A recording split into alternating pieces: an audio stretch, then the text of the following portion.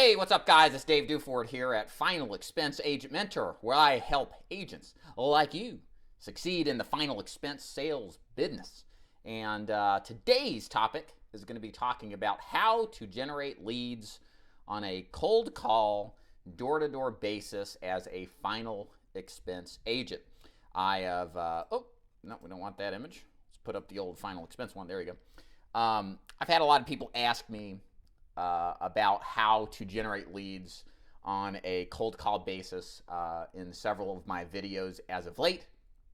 And so what I'm going to attempt to do is give you not just a script, but an overarching strategy on how to actually cold call for final expense business door to door in your own area to consistently get presentations to sell final expense to. So a couple background information and one caveat. So I learned this particular approach from an agent who has been in the business since 1972, I believe, if not a little bit earlier than that. And when I met Lewis to go on a cold call day with him, it was funny because, what he said is, Dave, back in the day, we didn't have leads. Well, we were told leads were the kind of stuff that just is in the phone book. There's leads all over the place, and your job is just to go see them and talk to them about insurance.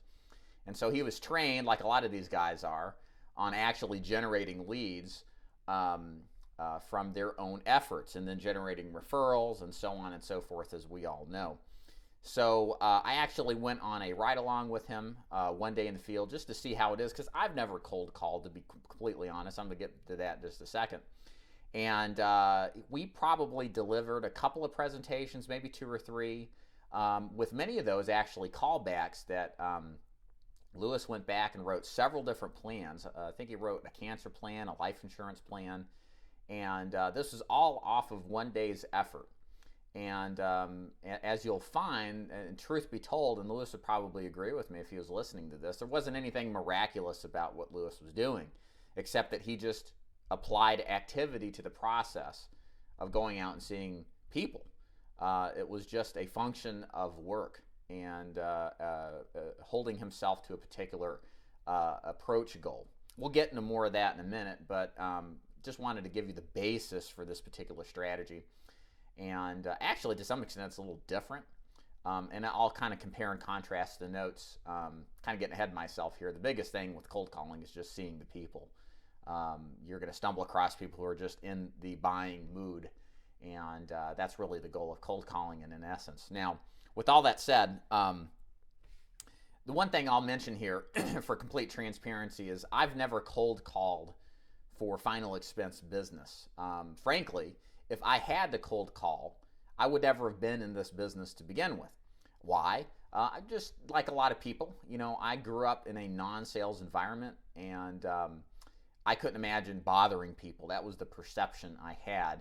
And so for me, and what I recommend for my agents as well as any agent, the ultimate goal for most people is to get on some sort of lead campaign, ideally direct mail, but ultimately the best results that are, in my opinion, allowing an agent to be in this business on a long-term career basis are going to be from using some kind of purchase lead program, at least initially for several years, to get yourself up and running so you can have people that raise their hands, figuratively speaking, to express a level of interest so that your time is both well spent, but I think most importantly is to allow you to have the comfort level to actually go see these people.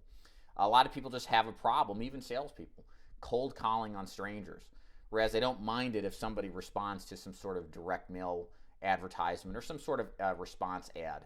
It's a different mentality, and the response is different, and so people are more comfortable with that.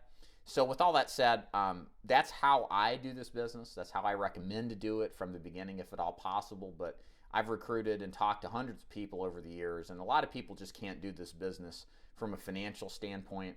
And this strategy is really designed for them. If there is more of a will than there is a financial way, then cold calling door to door is a fantastic way to get started, to self-finance yourself, to get to a lead program, and to get out there and start writing business. Whether or not you want to do it long-term basis is totally your decision. I don't know a lot of agents that cold call for final expense. And over the long term, most do some sort of direct mail campaign or at least some kind of leads, most direct mail. So, but that is a strategy that will work. And we'll talk about the dynamics here in a minute as to how to make it the most effective. Now, where does my cold call experience, just so you know, if you never listened to my videos before, why would you want to listen to a guy who's never cold called before? There's a period in my time where I actually cold called on businesses. I have about a year's worth of experience doing that, and it was face-to-face in all sorts of different environments, large businesses, small businesses. And cold calling is something I've done extensively, not specifically in final expense, but the elements and the design of it actually is still the same. You're calling on people who are not expecting your phone call, and your job is to develop some sort of value to get in, to give some sort of presentation, maybe to help them out. So I understand the essence of cold calling in a general sense. In the final expense business, again, I'm very interested in being transparent with you guys. I've never done it, but everything I'm talking about is something I've witnessed and seen, and I know it works. So let's go ahead and get into this. So one of the things that Lewis did, that he did and then he didn't do, I remember when we did our cold call session together, he actually had a list. And, you know, we had a conversation about what is the relative importance of having a list. So when final expense, we target people who are usually 50 and older. I would say if you're cold calling, you'll probably want to scale that up to more like 60s, because you want to see people during the day. You don't want to drop on a bunch of doors where nobody's there, because a lot of the people younger than 60 are still working. So what I found when we were riding with Lewis, working a list, there was a lot more time driving between doors to find the people on the list. And in many cases, a lot of these lists have out-of-date information. And so when you knock on a door and you got a name, it's not necessarily an up-to-date name, because sometimes these people move, they jump around. And so my finding was that, in a sense, I thought the list actually slowed down the process. And Lewis actually told me, he says, you know, in all of his days of cold calling, he wouldn't have a list. He would just walk down the street and talk to people. And originally, before I rode along with him, I thought, well, I would rather have something a little bit more targeted, where I could actually talk to people who are in the age range of a final expense prospect. But what I realized is that by working anybody that was actually home and hitting the doors, you're more effective, you're going to work more leads, you're going to see more people, and you're going to develop more business that way. Especially if you're working like in a rural environment like we were. We picked a pretty rural county, and there was a little bit more drive time, and then some of the people, like I said, weren't there. Whereas if we just went down the street, and if there was a car parked out in front, we knew that they were home, we knew somebody was probably going to have a high chance of answering the door and allow us to get in and start talking to these people. So I see, if you're going to cold call, don't be afraid of just going out there and going somewhere and calling on these people without a list. A list is not something that's absolutely necessary to have. If you feel more comfortable with the list, I'm not saying it's a bad idea either. But if we think about what the very nature of the effect of what the goal of cold calling is, it's to generate a lot of activity very quickly without necessarily having to, well, how do I say? That's what it is. It's about seeing as many people as physically possible, because what we're trying to do with cold calling is find the people who are in the moment of being interested in buying a policy. You're trying to capture the people who have an express interest, and the timing is just perfect. That's really the goal with any kind of cold calling, I think, in this particular business. So if you're insistent on a list, let me pull over a couple of options here for you. So I'm going to pull over, take you off of my desktop here. So for example, this is listshack.com. You can buy leads here. I think it's $50 a month. It's a pretty high level of sales leads. It's just the name on a list. The quality's decent, and it's pretty cheap. So, you know, if you wanted to buy some list that was 60 and older, this would be perfect. Also, you can also go to infofree.com. It's another one, kind of the same deal. You download a list, you put in the dynamics of it, demographics, health, or not health, but age and income and whatnot. So again, listshack.com and then infofree.com are a couple of options that you can use to get your list. But I am convinced you don't need it. What you need is to just get out there and talk to people. That's the essence of cold calling, is just to generate activity. And if somebody's home and they're a warm body that's not sitting in a casket somewhere, they're a life insurance prospect. And yeah, you may need to be a little more flexible than final expense, but it's not too terribly more difficult to pick up one singular term product if you happen to run into some younger people. So there you have it. So let's talk about activity. So here's the big deal. Selling or cold calling. Cold calling is about activity and knocking on as many doors as possible to see as many people as possible, to present and close as many as possible.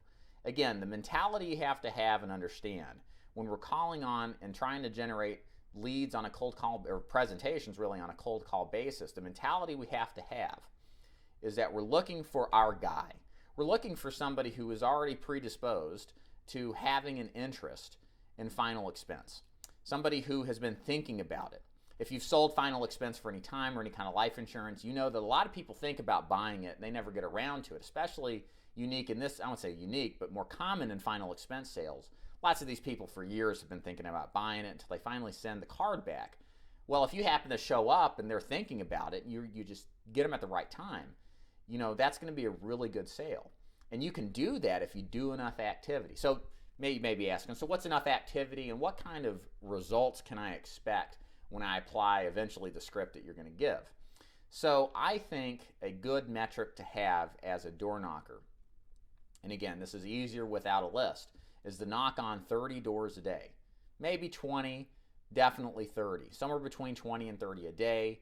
If you do that 5 days a week, we're talking about 100 to 150 calls in a week. Out of those 30 door knocks, you're probably going to get approximately, 2 to 3 presentations is what I would say. And I think it's realistic that if you do the activity, you can close an app a day. There literally is that many people out there who need final expense insurance or need life insurance. You just got to, again, call on enough. So if you take it this way, if you're door knocking, if your goal is to door knock 25 to 30 a day, there is going to be an application in there. And a lot of guys who do that kind of activity are writing 15, 20 cases a month consistently in whatever kind of field that they're in, and specifically in this case, final expense. But you got to do the activity. You may go 27 doors without talking to anybody in a kitchen table environment presenting. You may see them at the door and they may not be interested. You may have those final 3 at the end of the day, but you have to put in that work effort to make it happen. I can't stress it enough, and I'll probably stress it a few more times. Cold calling is more about seeing the people and doing the activity than it is so much about the particulars of what you say. We'll get to that in just a second. It is important, but it's all activity driven. Okay, so what do you actually say when you're in front of the prospect? So I'm going to give you a particular strategy I think works well in this business. As you know, I herald direct mail final expense leads and final expense sales. Direct mail is king. And the thing that you probably have heard me say, if you've seen a lot of my videos, is there's a tremendous level of saturation in this business. And again, this strategy works more so, I'll just preface it with this, if you do work a list. Even if you don't, I'll give you a script for that too if you don't work the list either. But let's say you're working a list. I know a lot of you guys would like to work a list. I think that's fine. So what do you say when you have a list? So if you have a list, we know that all these people, if we get the demographics to a typical final expense lead, they get leads like this constantly. They probably get several a month, probably 6 to 8 direct mail leads, not to mention all the junk mail that comes in. So let's leverage the fact that we know they get these leads and use this to our favor in calling out for appointments. So how do you do it? So when you go knock on the door and the person answers, you say, "Hi, my name is David Duford. I'm here because you received a card probably similar to this sometime over the last month or so. Most people send this back because they're looking for some kind of coverage for final expense, like burial, cremation. I'm here because I'm pretty sure you did not send this back, and my job is to follow up with people who don't, and I wanted to see if you'd like to learn more about how it works." That's it. you use a very similar script that I teach to actually work the leads, and you show them the lead card. Now, you may be saying, well, Dave, this isn't an exact lead. How do you know what they've seen and what they haven't? Well, what I say in the script, I say you probably have received something like this particular card. So when I say it like that, they look at it and they'll start reading it. They qualify for a state-regulated program, final expenses, benefit information. Yeah, I think I've seen something like this. So you're leveraging that we know that these people get all sorts of these kind of cards. And it's very likely that they've seen them, and they've seen them over and over and over and over again. But we're not saying, hey, I sent you this card. So we're not, pulling their leg, but we're saying, hey, you probably received something like this before. Talks about final expense coverage. Most people, and then again, I tell them most people send this back because they're concerned about covering for the burial costs and cremation expenses. Now, I'm here because I'm pretty sure you didn't send this in. And my job is to follow up with people who have an interest in this, but didn't necessarily send this in. Would you like to know more about how it works? Or may I come in? Whatever approach on the close you want to use. Pretty straightforward, right? Nothing too complicated. We're using this information, and we're asking for the appointment. And the strategy here, again, is that we've got something they're familiar with. Trust me, these people have been getting these cards since they turned 50, several times a week in many cases. They think it's a bunch of crap sometimes, or they're confused by it. So when you bring this up and show them something like this and start reminding them about it, they'll be like, oh yeah, what is this all about? How does this work? Or I've been thinking about sending that in. You'll get that too. So there's a lot of opportunity out of using this particular lead. So what if you don't use a list? What if you take my advice, you just go walk down the street? You don't need a lead piece. You really don't need anything at all. All you got to do is walk up to the door, introduce yourself, say, hi, my name is Dave Duford. What's your name again? I'm Sally. Hey, Sally. I help people like you with their life insurance needs, but only if they don't have coverage or only if they want something affordable. Is this something you'd like to learn more about? This is a script I went over that I learned from Claude Whitaker's sales prospecting book. It's great to use over the phone. It's very good to use face-to-face too. It cuts right to the bone. It's not some prolonged script to bore the people to death and make them resent you. It gets right to the point. I help people with life insurance, but only if they're, you could look at the person, and this is what's called the constraining statement in the cold call script. I work with people who want life insurance coverage, but only if they're, under 60 years old. Let's say you have somebody who's in their 40s or something. You say, but only if they're under 60 years old. Was this something you'd like to learn more about? And then if they say, great, then you can start to have a conversation with them. Tell them kind of what you do. Tell them you need a few minutes just to show you kind of how it works. Go look at some options, blah, blah, blah. Set the appointment now or later or whatever. That's the script I would use if I did not use a list. If you'd like a little bit more detailed analysis of how that script works, there's a video I did a couple weeks ago with cold calling script regarding how Claude Whitaker teaches it. Excellent book, by the way. You should pick it up. All right, as we wrap this thing up here, of course, when you actually get to the door and you're giving presentations and you're doing the whole shtick, you're going to get people who object to you, right? So, again, objection handling here is very similar to what I discussed in a prior video. The most common objections you're going to get is, I've got life insurance already. All you have to say to that is, then we definitely need to talk. This is something that would absolutely interest you. Can I have 5 minutes to show you? Something like that. You don't need to go into some explanation. Again, the best person to sell policy to is the one that's already paying the premium. That's just a good turnaround to get in the door. Sometimes you get people say, oh, money's tight right now, blah, blah, blah, I'm broke. Then great, then I definitely want to talk to you. These plans are totally different than what you've seen. Just need 5 minutes to show you. If you like it, great. If not, no big deal. Can I come in? You may have somebody who says, hey, my husband's not here right now. That's fine. Then let's set up something later. Will he be home at 5 or would 7 work better? Something like that. I'm trying to think of some other stuff. Oh, can you mail us some information? How about I just give it to you now? can I come in? You can rebuttal this stuff quickly. Those are straight to the bone objection handling to get right to the point. Oh, the last thing I wanted to mention to you guys, you may be wondering, okay, Dave, you want us to show a card. Well, how do you actually show the card? Let me take you off of this screen here. I'm going to show you some card examples. So easiest way is to go to a website or go to one of these websites and just download. Go to Google and put in blank final expense lead. You'll see a couple of my leads up here at the top, but I just picked this one randomly. You can see, I don't know which website this is, but these have like the 255 mailers. Those are common. This one here, don't know what it says. Some of this stuff's not final expense, but you get the idea. You can go on here, pull it up, print it off.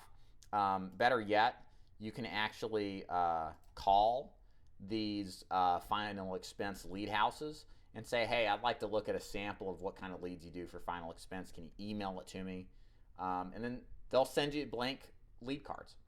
And then you can just print those off and then just use that as your prop as you go out and prospect. So, hey, how you doing today? Let's see here. You're welcome, Rikus. 1, 2, 3. This is in the chat here. You're asking what lead generators do you use? Let me answer that question real quick. For direct mail, I am big on fixed price leads. I have a third-party solution that I work through my marketing organization to provide my agents. You got to work with me to get it, but they're fixed price leads in the upper 20s to low 30s. I think this is the most important aspect of the lead is the fixed price. There's very difficult to get leads in many markets at an affordable price. So you got to work with me to get that. Otherwise, good vendors out there that I like that don't do fixed prices. Hey, Lakita, how you doing? Include Lead Concepts. I really like Lead Concepts. Chris Weir is the guy you want to talk to. And then also I like Lead Connections. Chris Etheridge runs that joint. He's a good guy to work with. Very service oriented. You want that in the lead business. If you got to pay a medium to higher price to get it, it's very many times worth it. The last thing you want is poor service on leads, not getting them back in a timely manner, getting low response, paying way more than you have to because you're being cheap. You don't want to be cheap when it comes to the lifeblood of your business. Now, what leads to get? You know what? This is kind of the perennial argument. I actually had a guy on. I'm going to publish his interview I did with him Friday. I did it Friday, but I'm going to publish it probably in March because I'm so backlogged with some pretty cool interviews that are going to be coming up. And one of the questions I asked this guy, he wrote $280,000 in final expense last year off of a purchase lead program, direct mail, basically the same program I advocate. And one of the arguments you'll have amongst agents is, should your lead say life insurance or should it not? And you'll find that a lot of guys who are really good and experienced don't care. Some of them do care. So what lead to get is going to depend ultimately on you trying out what your options are and identifying which ones work best. There's really only 3 different kind of lead cards in this business. You have the specific lead. It says life insurance somewhere on the card, if not once, multiple times. You've got the unspecific lead. It does not say final. Did I say final? It says life insurance on the card one or multiple times. You also have the card that doesn't say life insurance, the unspecific or the vanilla lead. It suggests and infers something of life insurance, but it doesn't specifically state it. And then you've got the bribe cards, which may or may not say life insurance, but they bribe the recipient to send it back in order to get some kind of, usually a Walmart gift card or like a prescription discount card or something like that. What do I like to use? I like my new guys to use a lead card that says life insurance on it. That just helps with the new agent. You're going to find more people, I think, that are a little bit more receptive to the idea of life insurance.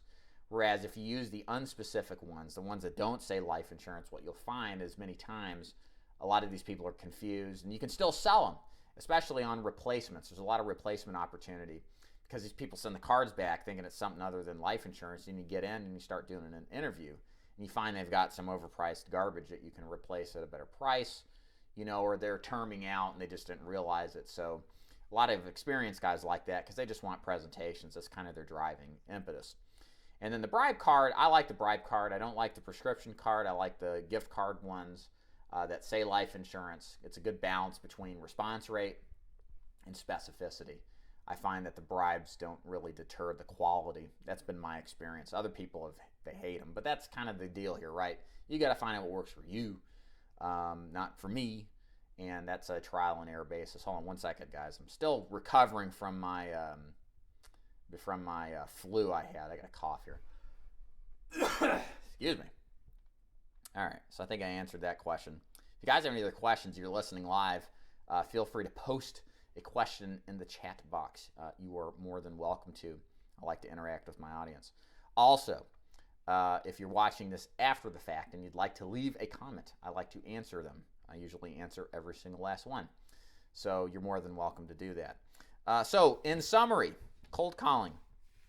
For you guys joining late on the call, let me summarize what I discussed here today. Number one, cold calling works, but it's all about seeing the people. It's all about activity.